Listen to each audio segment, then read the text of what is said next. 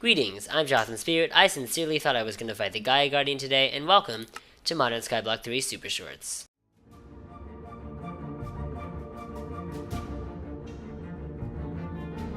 Instead, I'm going to prepare for a completely new mod, Factory Tech. To start with, I'll need a blueprint collection. But I'm probably not doing any actual factory tech today. Instead, I'm going to be automating the materials I'll need to automate Factory Tech completely. The first thing we'll need to do is automate sand. Sand comes conveniently from cobblestone with an alchemy catalyst and a mana pool. But instead of using this mana pool, I'll be making a separate setup that utilizes our lovely mana pools up here. Naturally, we're going to automate this using Corporea. The first thing we'll need for that is a Corporea funnel, which can automatically request items from the Corporea network. To choose which item to request, make an item frame, place it on the funnel, and place the item you want to request in it, in this case cobblestone. Finally, place a Corporea spark on it. When given a redstone signal, it will perform the request. To test it, let's press this button.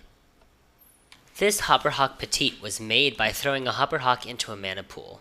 It benefits from a smaller range. To create an automatic supply of sand, I'll need 2 redstone comparators, a timer, an item frame, and a Corporea crystal cube. The Corporea crystal cube examines how much of an item is in a network, and outputs a redstone signal based on what power of 2 the item is. 8 is 2 to the 3rd power, so it outputs a redstone signal of 4, which is 3 plus 1. If I want to make sure there's 64 sand, then the redstone comparator will output a signal strength of 7. This redstone comparator is in comparison mode. If it receives a signal on either of its sides that is greater than the signal it is currently creating, it will not output at all. If it receives a redstone signal of 7, then it will stay off until it itself receives a redstone signal of 7 from the crystal cube behind it. Handily, a comparator will measure item frames, outputting a signal strength of 0 if there's no item, or 1 if there's an item, or 2 if an item is rotated, or 3, or 4, or 5, or 6, or 7. Every 5 seconds, this timer will send out a redstone signal unless it is powered, and it will become powered once there's 64 sand in the network. Pretty useful, right? Now to automate glass. Unlike sand, I don't want to keep a steady supply of glass, but I do want to be able to request it on demand. For that, I'm going to need 4 Corporea blocks all at once. Besides our Corporea crystal cube and funnel, I'll also need an interceptor and a retainer. I'm going to place them all in a line like this. The funnel will request sand. The interceptor will detect whenever a glass request is sent and unfulfilled. The retainer will store that request and the block that requested it. And when given a redstone signal, it will tell the original requesting block to make its request again. The retainer is the only block here that does not need a Corporea spark. Now the system is as follows. When glass is requested and there is no glass in the network, the interceptor will intercept the signal and send a redstone signal to the funnel and the retainer.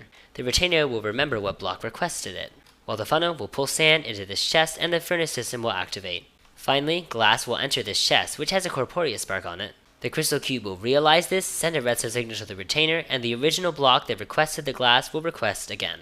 One thing I forgot while testing this build, you need a comparator. And I've changed the rotation to require 16 sand instead of just 1. To automate clay balls, we'll need a clayconia. If it's powered by a mana pool, any sand that's placed near it will be turned instantly into a clay ball. To place it, we'll need an auto placer, and to get the palace crystal, we'll need an atomic reconstructor, which requires power, which we'll get from a coal generator. 2 iron casings, 1 atomic reconstructor, 1 coal generator. The atomic reconstructor, given power, will occasionally shoot a pulse that will turn any items in its vicinity into crystallized versions. It costs 1000 RF or crystal flux to fire a pulse. In deactivation mode it does this regularly, but if you right click with a redstone torch, it'll change to pulse mode and do it every time you give it a redstone pulse. Restonia crystal sake redstone. Basic coil, auto placer. We will place our Corporea funnel on top of this auto placer, requesting 16 sand.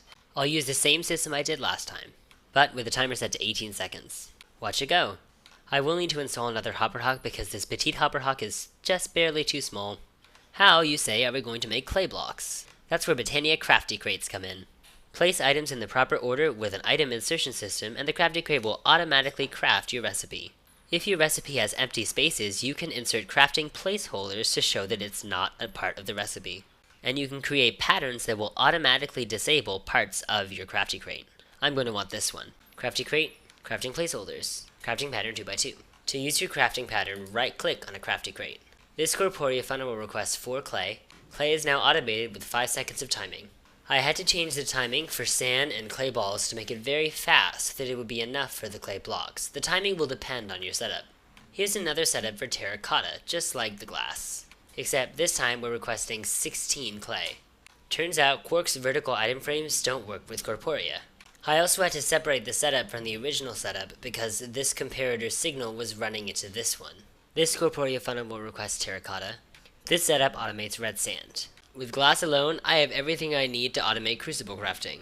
Later on, red sand will allow me to get redstone. Iron and nickel will be fairly easy to automate because nickel requires iron and iron requires rotten flesh. However, I don't plan to automate copper alchemical ore dust, which requires pumpkin seeds, until I get garden cloches from immersive engineering. I should be able to rest assured, however, because with this kind of copper output and this endstone condenser, if I just get a bunch of copper all at once, I won't have to worry about it for a long time. Anyway, that's it for today's episode. Next episode, we're going to automate metals in preparation for factory tech. As always, if you have any feedback, I'd love to hear it. I hope you enjoyed.